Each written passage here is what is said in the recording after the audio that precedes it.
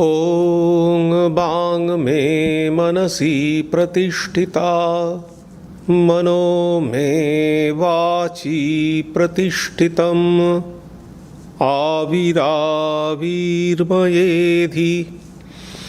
वेदस्समाणीस्थः श्रुतं मे मा प्रहासि अनेनाधीतेनाहोरात्रान् सन्दधामि ऋतं वदिष्यामि सत्यं वदिष्यामि तन्मामवतु तद्वक्तारमवतु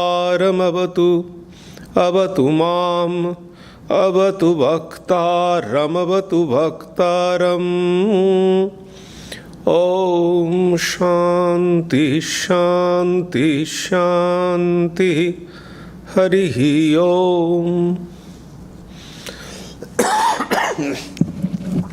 Om. May my speech be accorded with the mind. May my mind be accorded with the speech. O self-effulgent one Brahman, reveal thyself to me. May you both, speech and mind, be the carriers of the highest truth to me. May not all that I have heard depart from me. May I be able to join day and night through this study. I shall utter what is verbally true. I shall utter what is mentally true. May that Brahman protect me. May that Brahman protect the teacher. May that protect me. May that protect the teacher. Om, peace, peace, peace be unto you all. Good morning. This morning I am going to speak on a very interesting subject,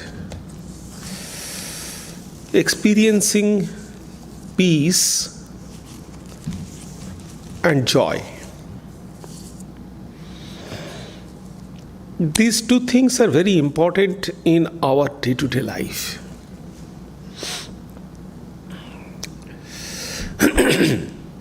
Almost all the religions of the world, they speak about peace and joy. The ultimate attainment of spirituality is peace and joy. But the question is, how can we get peace and joy? First of all, the peace and joy are not one and same thing. I would say these are the positive and negative direction of the life. Peace is the negative approach of life. Just the opposite direction, the positive, of peace is joy. Let me explain the idea. Why the peace is negative and why the joy is positive direction of life.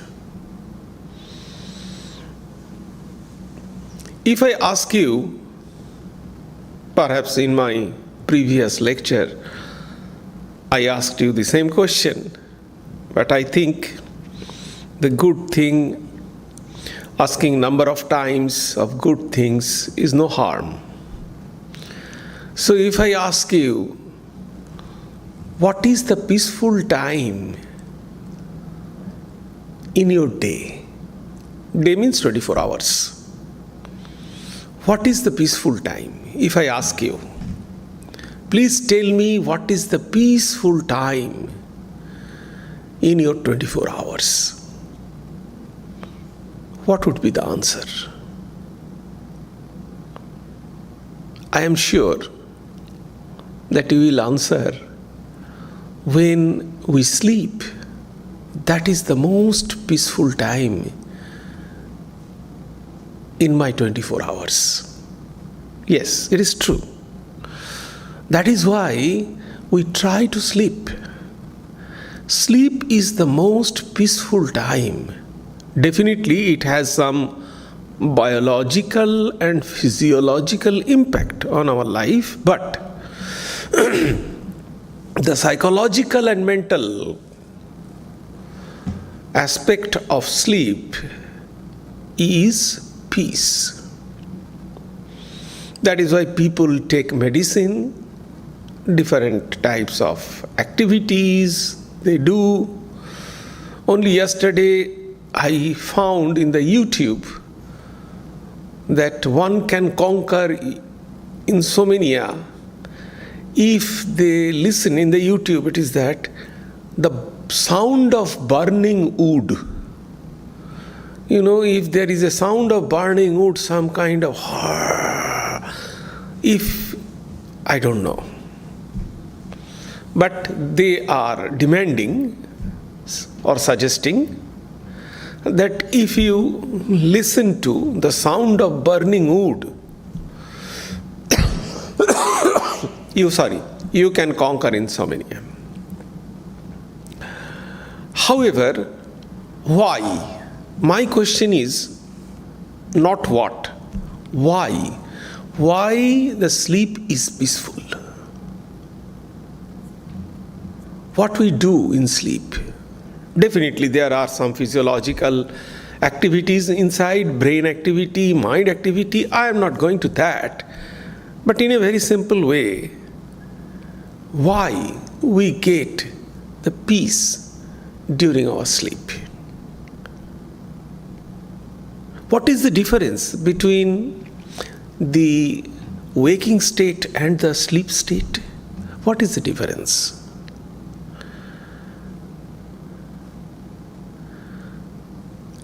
And what is that particular cause? Because of that, we are peaceful in sleep.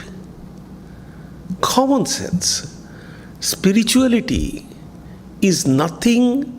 Something is very superficial, something is very hidden, something is, very complicated. No.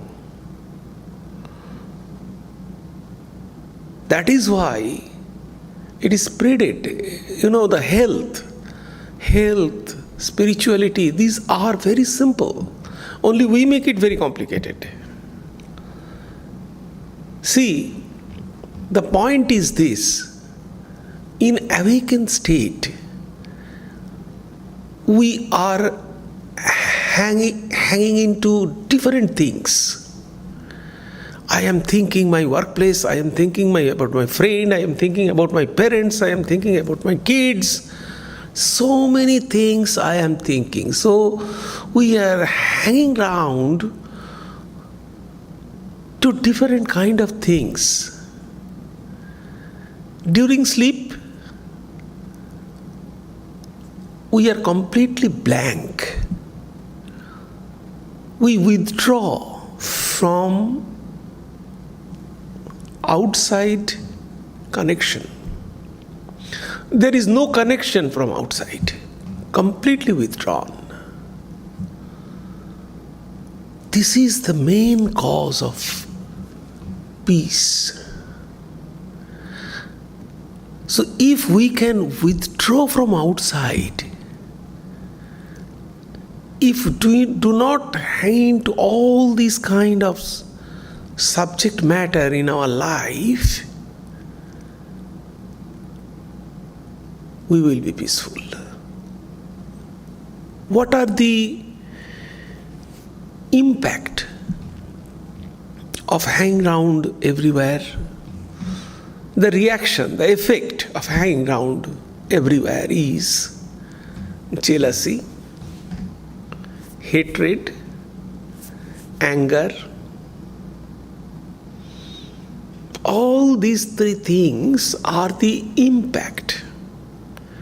If you see something If you meet a new friend, I am 100% sure everyone's mind, there will be some impact. What?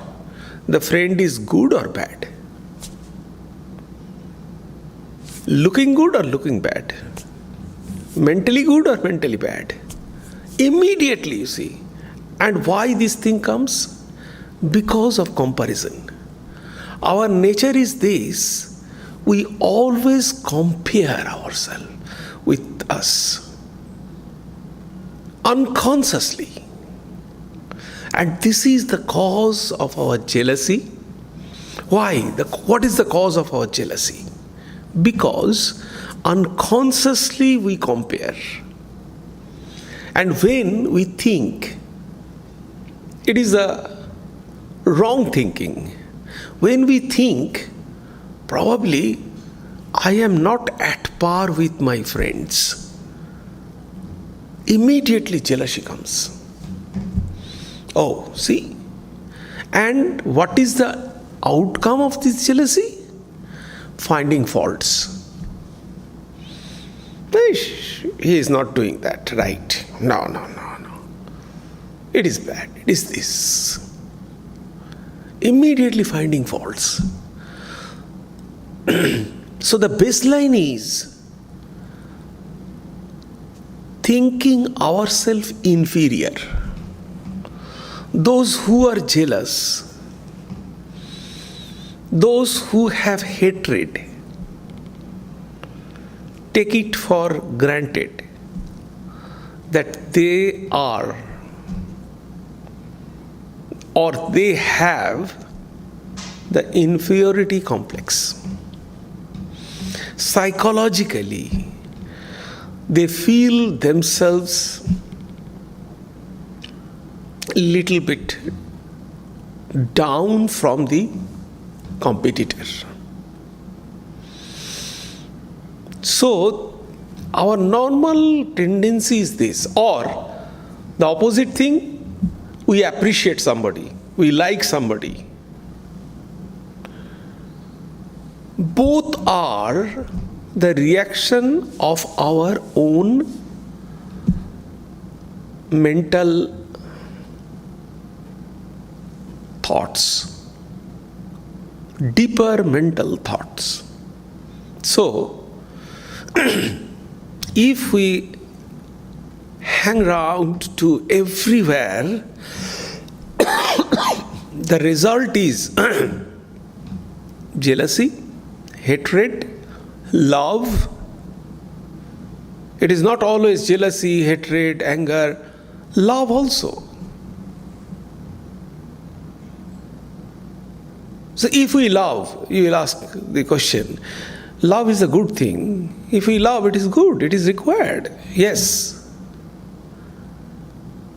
But as the anger, disliking are the different reaction of our mind, love, the lower love, is also the reaction of our mind, and it changes at any point of time. It changes at any point of time. 30 years relation, one simple incident cracks. We all have this kind of experiences. So, this is the cause of our peacelessness.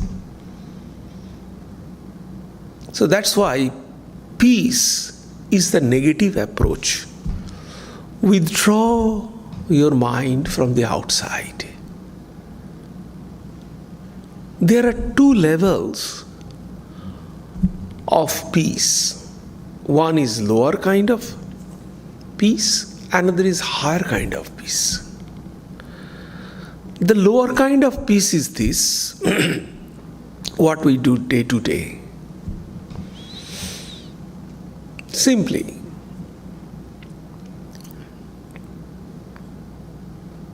just role play. Just deliver what is your role. Don't be attached with the things. The more you attach, the more you will lose your peace. So this is a skill, the maturity.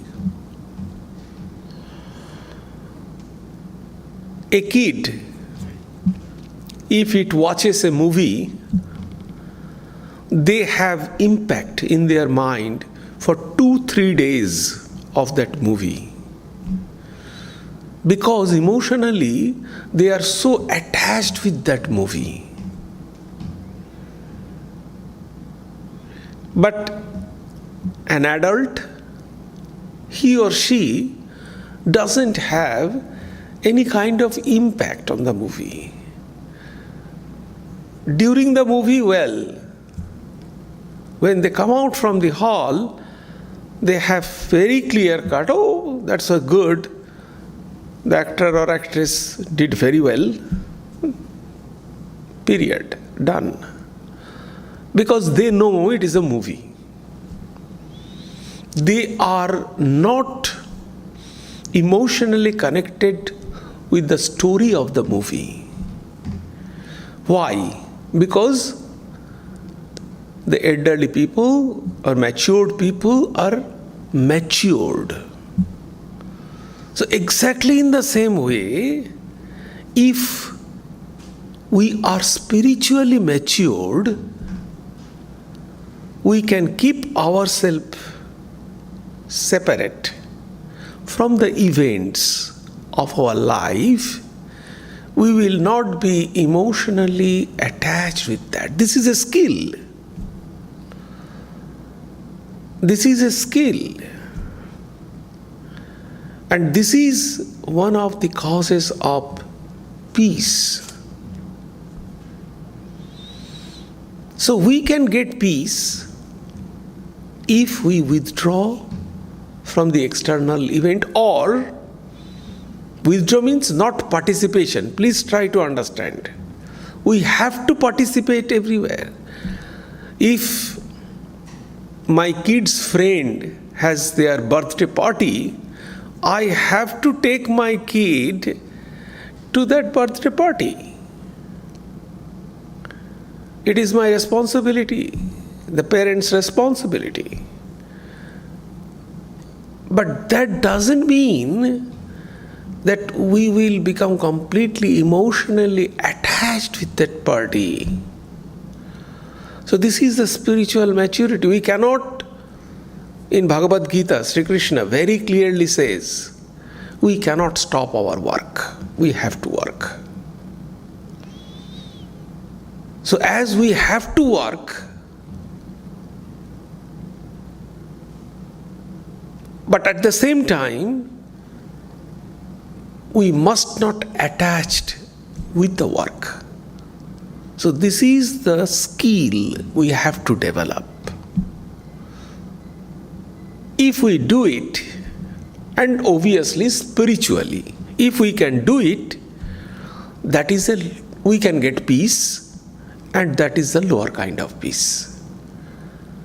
Because we can practice the skill spiritually, and we will get peace because we are not attached with that. What is the higher type of peace? The higher type of peace is this. It is very deep and very subtle. What is this? This is if a spiritual seeker who is trying to attain some spiritual enlightenment but cannot. So he or she will be not peacefully live, because they must have some discontentment for unfulfilling experience, So this is the higher kind of peacelessness. The lower kind of peacelessness is day-to-day life. But the higher kind of peacelessness is connected with spirituality. It is contentment in spirituality. So this is the negative approach because we are withdrawing.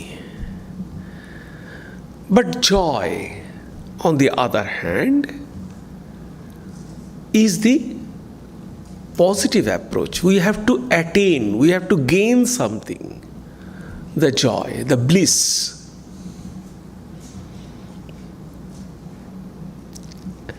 And in the lower level, if we get peace, we cannot get the bliss. Because one is negative, another is positive. It is a kind of a triangle. If the lower verdicts, you consider one side is peace, another side is joy, then in the lower side, it is a difference. But if we go higher and higher, at the top, they will meet. At higher level, the joy and peace are the same thing. If we can sacrifice our lower peace, then we can proceed for joy. People cannot go out from their secured zone. If I have a job, a fixed income, and fine, my family is okay and everything is good, we do not go out from our secured zone. If a person is peaceful in day-to-day life, by withdrawing their mind, and if they don't go a little bit further to attain joy, they will stick there. They cannot proceed. So only when a person wants joy, they will have to cross the lower peace, and then they have to attain joy. Now see the Buddhism. Buddhism is very popular. It is because never, nowhere, Buddha said joy. In Vedanta you can find Ananda, joy. Buddha said peace. And the basis of Buddhist philosophy is this renunciation. Get rid of everything.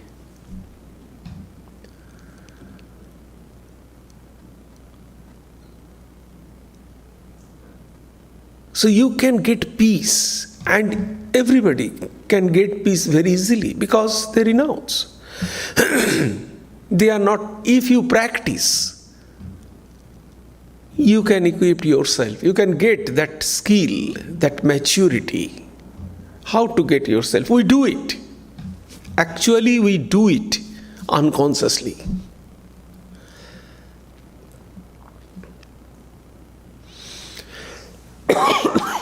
Take two examples. You have come here from your home. While driving, how many faces you have seen on your way? 500? And you have seen them, literally. How many faces can you remember right now? Not a single face. Why? You have seen them. So, we can hear, but at the same time we can forget also. We have that faculty. You have attended a party. Next example. You have attended a party. And it is not, you are invited not from a very close circle. It is a formalities. A social formalities. You have to attend there. You attended, you talked with everybody cordially. You are cordially invited. The hospitality was very cordial. And you talked with everybody else this. You return home and forget everything. We do it unconsciously. But if we practice a little bit, we can do in all the cases, even with our near and dear also.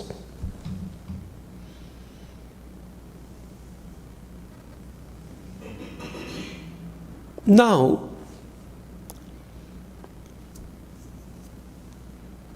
in which way we can do it? What is the skill? That is the important point. First, we have to get the day-to-day peace. That is the important point. And for that we have to withdraw, and we must be spiritually matured. We do everything, we deliver our responsibility, but at the same time we will not be emotionally attached. That is the skill. You know, in Indian philosophy there are 4 yogas. So those are the skills. These are the 4 skills, 4 types. You can follow any of them. You can follow all the 4. You can follow any of them. This is, you can follow. I would suggest here, through bhakti. Because it is said that those who are following the path of jnana, they never accept it. But those who are following the path of bhakti, they will say that bhakti is the easier path. And if you go through Swamiji's Bhakti Yoga, you can find that Swamiji also says in Bhakti Yoga that bhakti path is easier. Why it is easier? Number 1, in bhakti, you do not have to renounce anything. In karma, in jnana, in raja, you have to renounce something. In bhakti, you don't have to renounce anything, only you have to increase. We have love in our heart when we were born. The moment we were born, we born with love in our heart. So you do not have to renounce anything, only increase it. Emphatically, Swami Vivekananda said that in all religions, they separate the human love and the divine love. Even Buddhism, you cannot find love. Buddha said priti.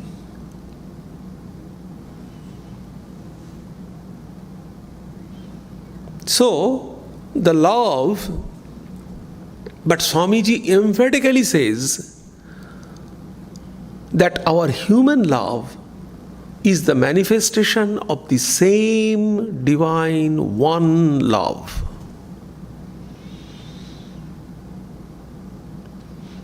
Even Swami Vivekananda says that the love of a robber to any wealth is same love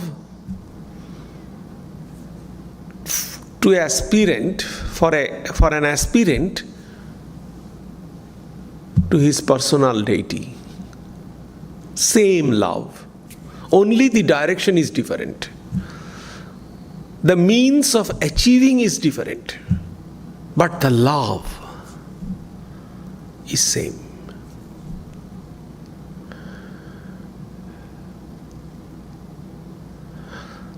So the point is, first, why bhakti is easier? Number one,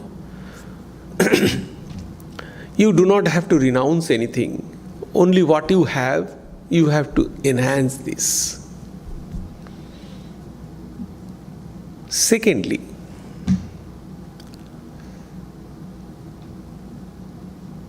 in bhakti, there is no doubt.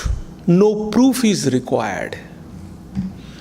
In karma, if you do some karma yoga, at one point you will ask, am I doing the right thing? What is the proof that you are proceeding in the right thing? If you follow the path of jnana, what is the proof that your thought, your analysis, your understanding is correct?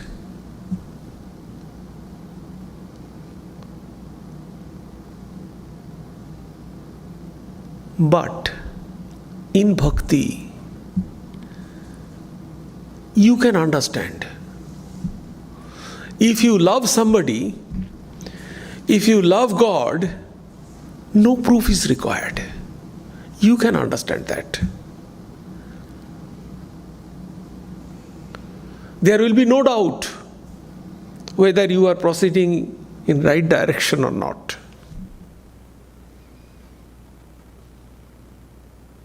This is a second reason.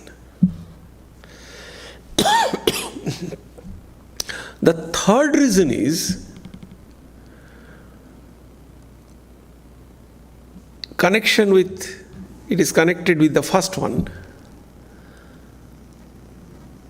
If you want to go higher and higher, you do not have to leave, because bhakti is also some higher degrees, In Brihadaranyaka Upanishad, in Taittiriya Upanishad, it is given that what is the higher and higher degree of bhakti. It is very clearly given that what is the higher type of bhakti. So, if you go to the higher, and we all know that there are two types of bhakti. One is called para bhakti, one is called apara bhakti. So, apara bhakti is the lower bhakti. So, bhakti means, we pray and we ask for money, we ask for our family, everything we ask. So these are actually the lower kind of bhakti, apara bhakti.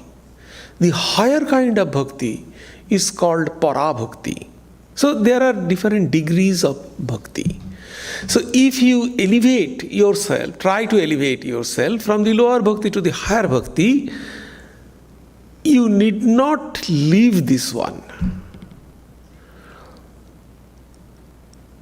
It is automatic. How it is automatic? That argument. If you get something higher, your mind from the lower will go far from there. I have this woolen garment, I like it. I love it.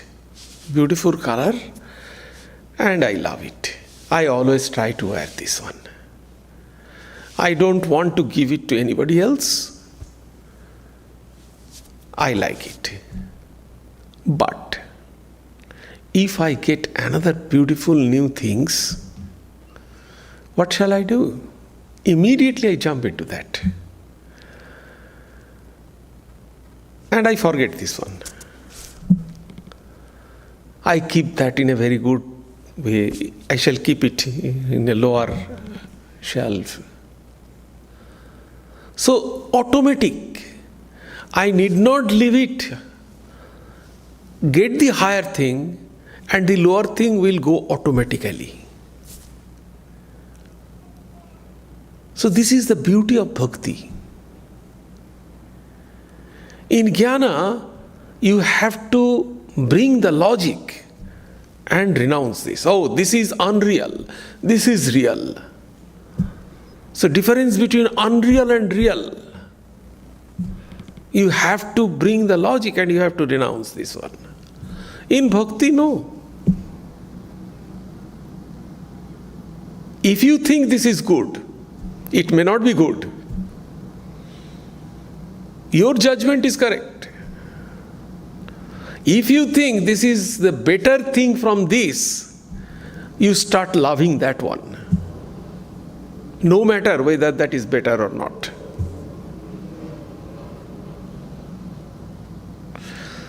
So because there are many reasons, but I mentioned only 3. These are the causes why bhakti is easier than other yogas. So take up the bhakti. It is said, to get shanti, take up bhakti path. I try to explain this today. To skill, to get this maturity, to get this skill, try to follow the path of bhakti. Let us see. Because it is easier. And above all, why it is easier? Because nowhere in all other yogas you cannot get extra help as grace, as bliss. In jnana you cannot get any grace or bliss. In karma you cannot get any grace or bliss. Only bhakti. Even in Bhagavad Gita, Sri Krishna says, don't worry, I can do for you. I can take care of your everything. Don't worry. Even spiritual practice, I shall do for you. You need not do spiritual practice. I shall do for you. This grace, this assurance,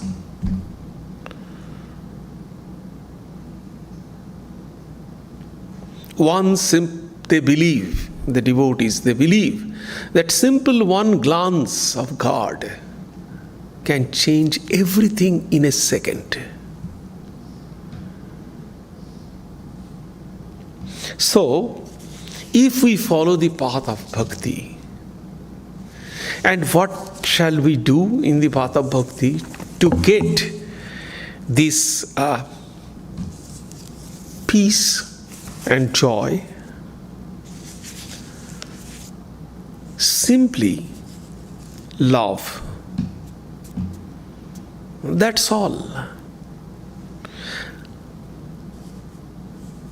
In jnana, it is never said that jnana is ananda, joy. Brahman is ananda. But jnana is not joy. Through following the path of jnana, knowledge is not joy. Through knowledge, you can have the experience of Brahman and Brahma Ananda. So Brahman is Ananda. But in Bhakti, they said Bhakti itself is Ananda. Bhakti starts with bhakti.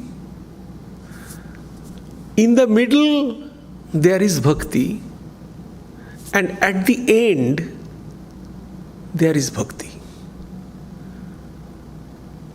So, what is the goal of bhakti?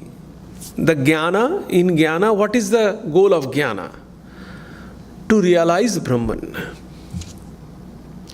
What is the goal of karma yoga? Become completely detached. Service to God is service to man is service to God. Serve people as God. Completely detachment with work. No fruits. Ma phaleshu kadachana. Don't expect the fruits of work. Don't be attached with the fruits of work. Your duty is to do work. Don't see what is the fruit. But what is the attainment of bhakti? The attainment of bhakti is bhakti. So bhakti is starting with bhakti, in between bhakti, and it ends with bhakti. And bhakti itself is ananda.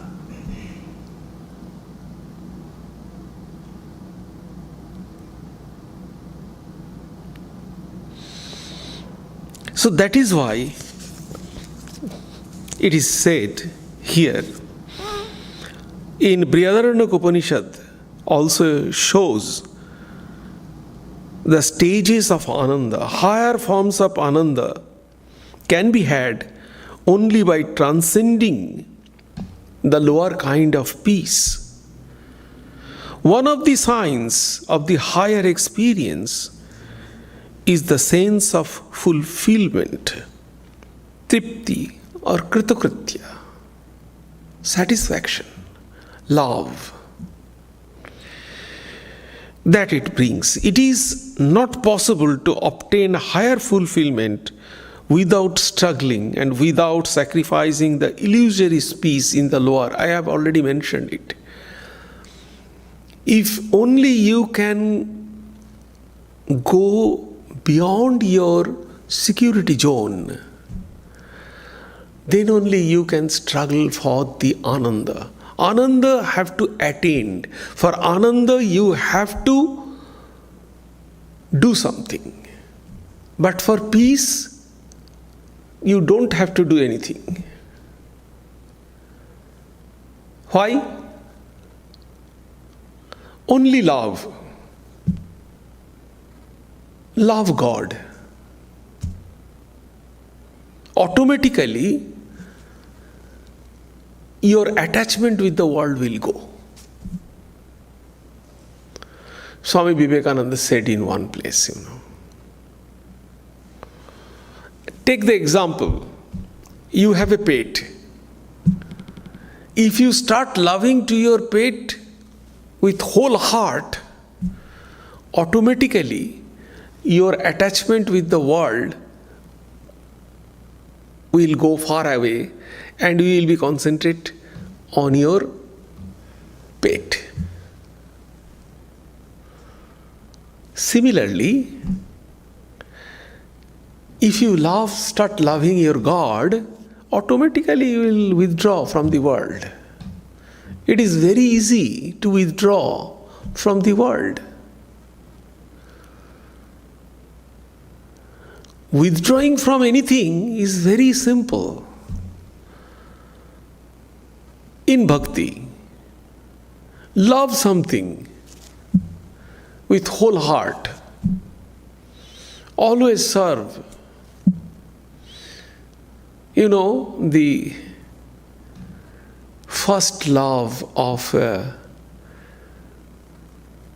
teenagers or young guys, they forget everything.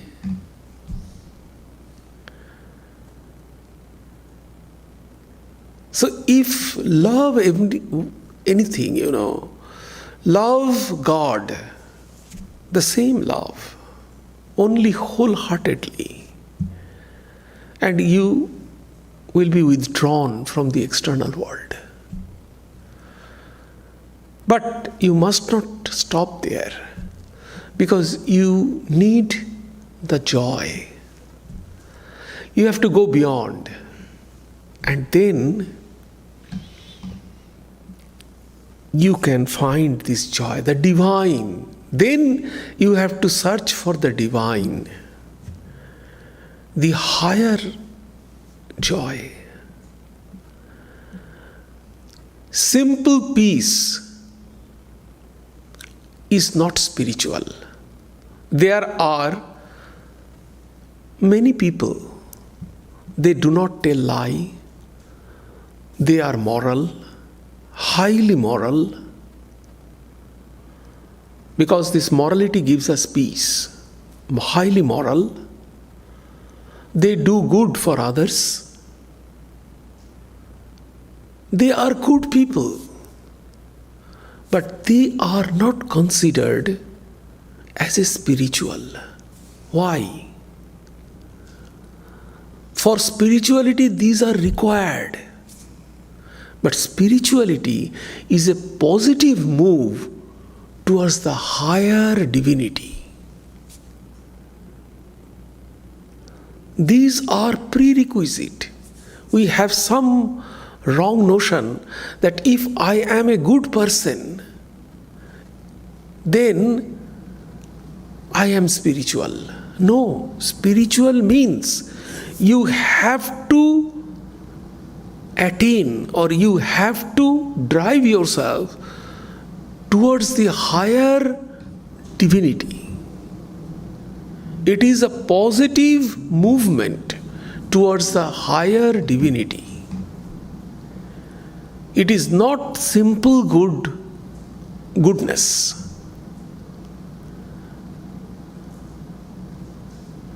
It is required for a higher movement. But higher movement is considered only the spirituality. However, the higher level of distinction of peace and joy is actually the one and same. In the lower level, it has the difference. And I would conclude by a beautiful verse from Bhagavatam. You know, Bhagavatam, the king Parikshit was in a dying bed, and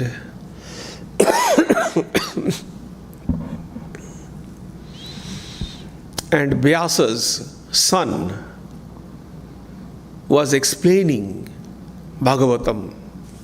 Vyasa wrote Bhagavatam, but there was no person to explain Bhagavatam. But ultimately, Vyasa's son,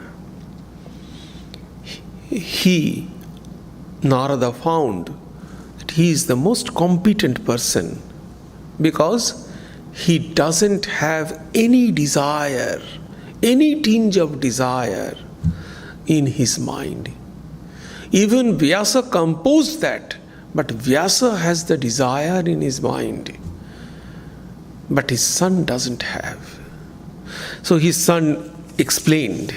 It is said, Ityachyutanghi yajato onuvritya bhaktir viraktir bhagavan prabodha bhavanti vai bhagavanasya rajangstata parang shantim upaiti shakshat. Said, O king, the devotee who thus worship the lotus feet of the Lord will gradually get devotion, renunciation, and awakening of divine knowledge. Then they will directly attain supreme peace. The supreme peace means the peace and joy, both. So gradually, if they start worshipping at the feet of the Lord, gradually get devotion, then renunciation automatically, then awakening of divine knowledge, and then he will directly attain supreme peace.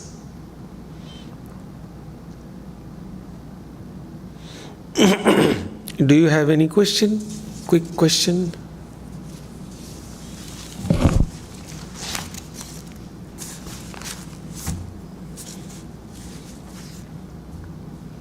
Yes, please. It's very interesting about love, and I always struggle with this because I think that the only stable relationship that I can have in a love relationship is with God, because God is never changing. And so I feel very safe with loving God. It's just, and then once I achieve that connection, I can take that kind of affection and bring it toward all the other people in my life, and it becomes more, it's not a selfish thing.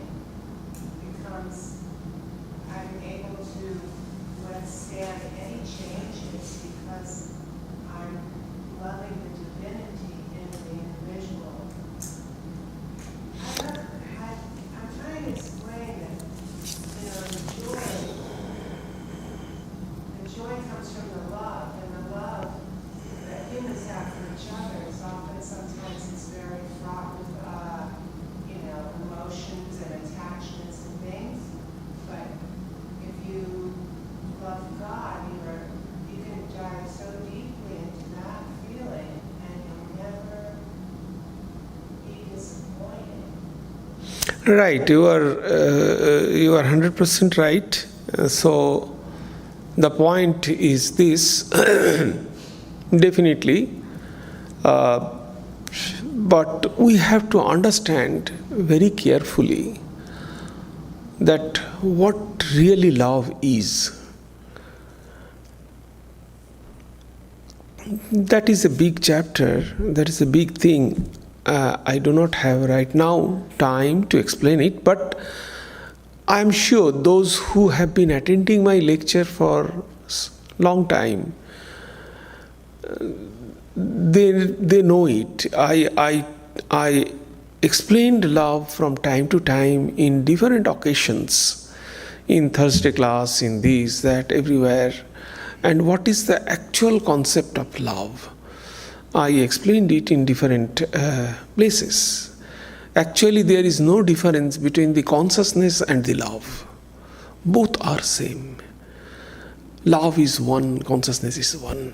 Love is all-pervading, consciousness is all-pervading. Love unites, love brings people one, make it one. So love is one.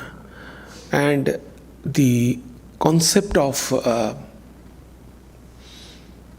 this oneness is also in Vedanta. So that is unites. Love unites. This is the concept of Swami Vivekananda. But definitely Ramanuja and others, they have their different of opinion. So this is the love. But the point is, yes, you are right. If we can really love the divinity, then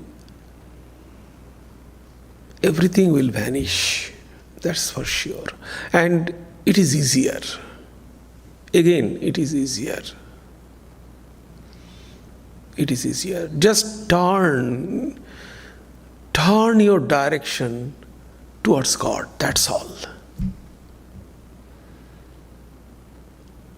You need not renounce anything. Just turn it. Make a color. Change the color of it. You are watching this world in one color. When you see God, just change the color, a different color. That's all. Dye your mind in a different color. Done.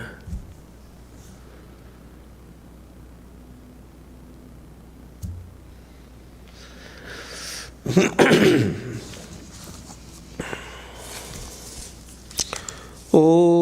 सर्वे भवन्तु सुखिनः, सर्वे सन्तु निरामयाः, सर्वे भद्राणि पश्यन्तु, मा कश्चित् दुःखमाप्नुयात्, सर्वस्तरोतु दुर्गानि, servo भद्राणि पश्यतु, सर्वः सद्बुद्धिमाप्नोतु, सर्वः सर्वत्र नन्दतु, दुर्जनः सज्जनो भूयात्, सज्जनः शान्तिमाप्नुयात्, शान्तमुच्येते बन्धेभ्यो, मुक्तश्चान्यान् विमोचयेत्.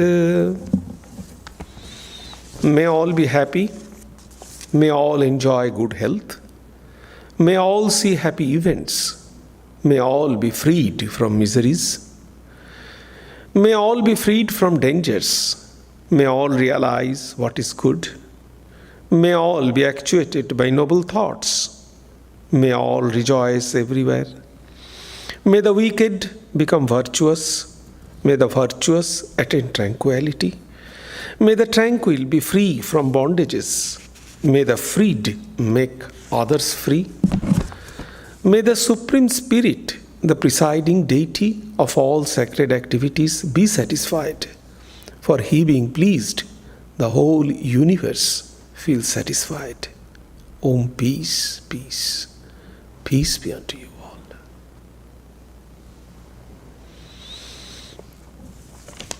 Actually,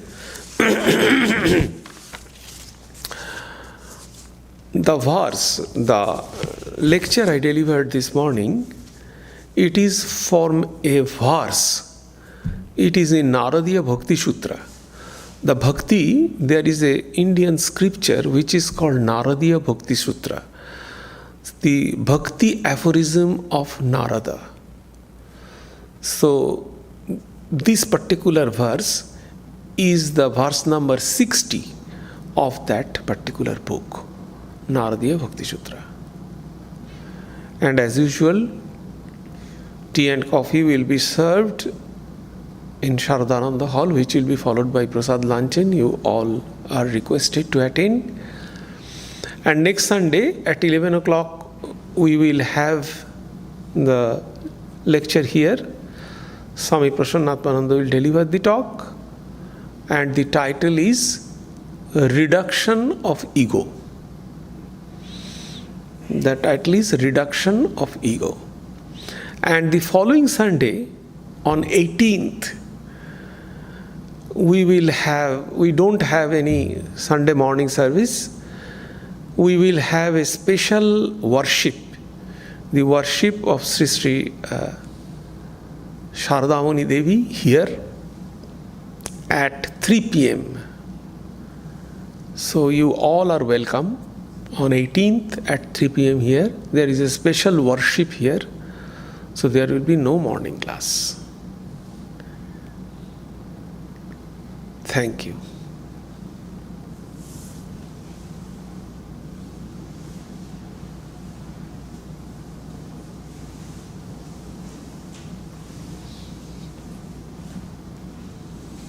And also we will have Christmas Eve on 24th at 7 p.m. I request you all to join.